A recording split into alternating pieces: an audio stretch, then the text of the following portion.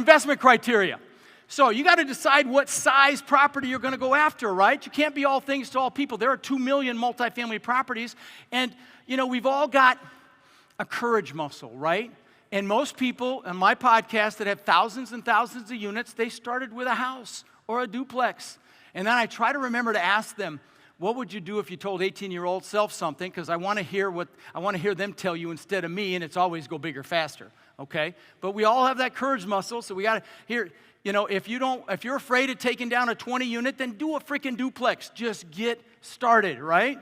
Just get started. So you got to decide what size, you got to decide the location, what asset class are you going to go after, right? There's A, B, C, and D. A is the brand new stuff, D is the hood. Stay out of the hood. Ask me how I know. By the way, I have made every freaking mistake you can possibly make, okay? And so I always say, ask me how I, don't do that, ask me how I know. So Eric, who you'll meet, got me a shirt that said, hashtag ask me how I know, and I think we got some to give away here because it's just funny as hell.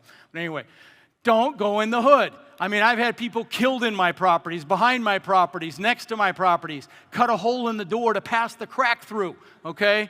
I bought a whole block once, and they blocked off the end of the street to slow down the drug traffic. Not stop it, just slow it down a little bit.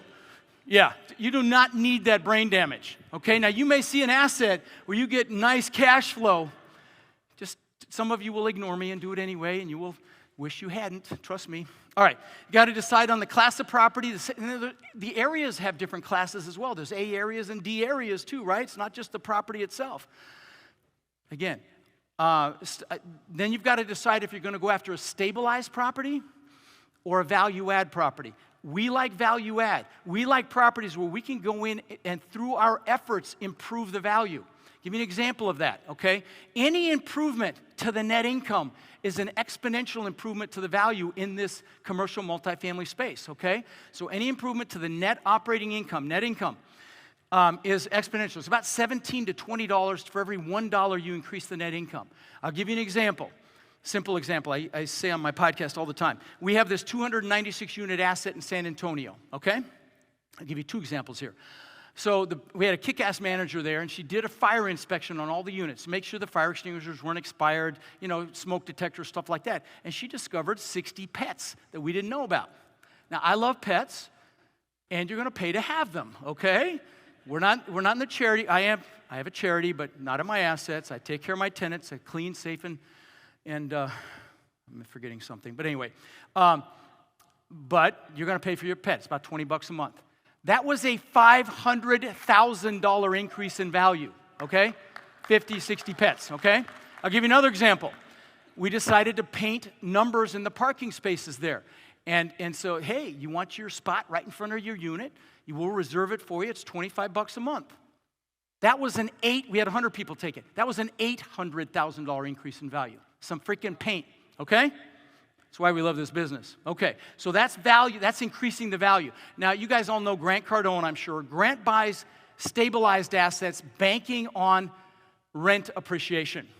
His investors are going to be unhappy. And I love Grant. He's funny as hell. He's been on the show, and he's smarter than I am. He's got a jet and a helicopter. But those investors are not going to get the returns he's promised because rents have flatlined right now, right? And he's banking on rent appreciation. So that's stabilized. That's called a value plus. I'm drawing a blank here for a minute. Not value plus.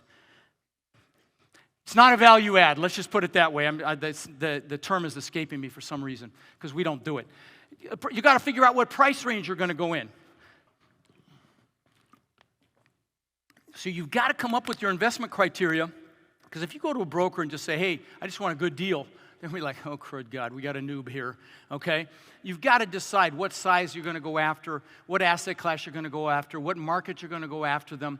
And that's how you have credibility with brokers, with sellers, with investors, and that keeps you on track, okay? Otherwise, you're all over the place. Super important. I'm going to tell you, whatever market you choose, you want to become an expert in that market. And I would suggest you do not go into more than 1 or 2 because it's too much for somebody that's new. Now, once you're seasoned, I've got assets in 7 or 8 states, 25 assets. But that's different. Once you know what you're doing, you can, but you want to become an expert in that market so that when you see a deal, if the rents look off, you're going to know. If it's in a certain area, you're going to know. And you'll build connections in that market so you can, and that's what this business is. It's all about who you know.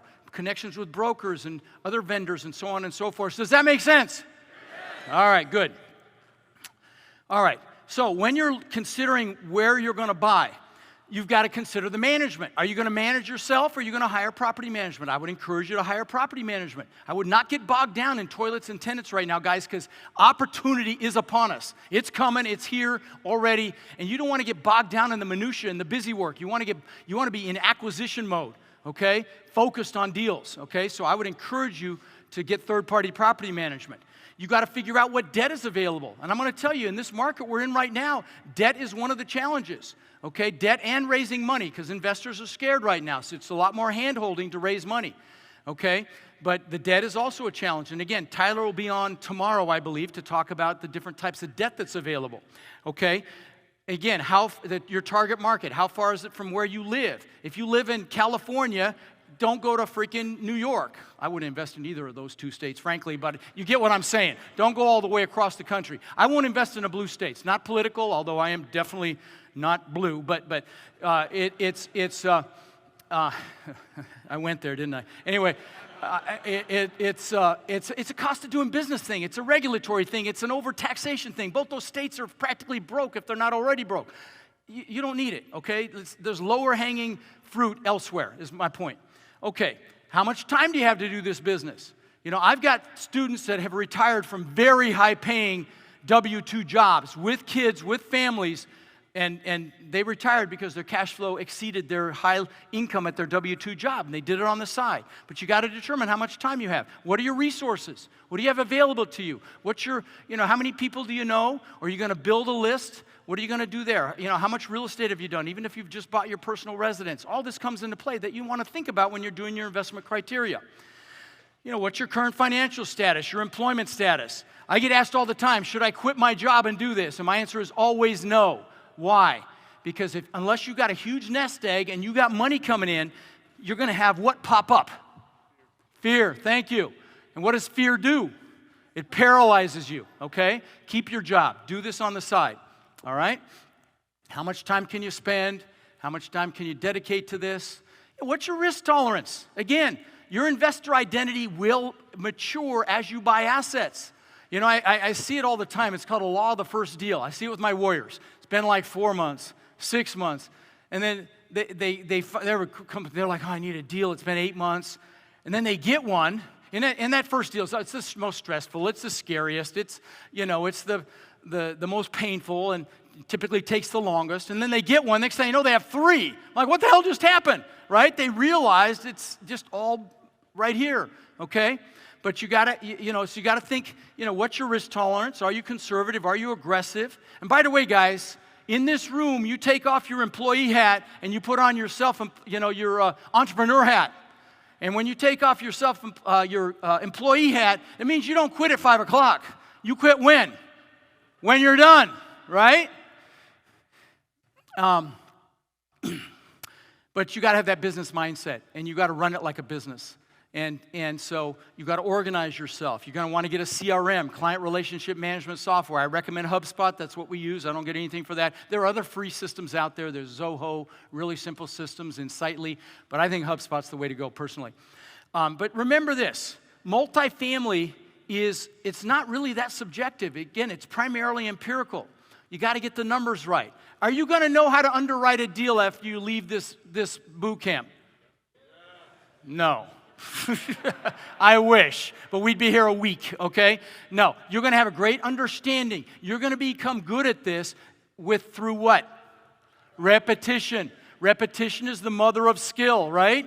But you got to do it over and over again. You'll get to a point where you can smell if a deal's a good deal. So just remember that. But you're going to have to practice this. You're going to and again, get around people that are doing this so you can have people looking over your shoulder. All right. Yeah, and most people start smaller and go larger. I mean, people I've had on my show with 20,000 units started with a duplex, okay? All right. How's your credit? What's your net worth? These are all the things you're thinking about when you're evaluating what you're going to go after. Who do you know?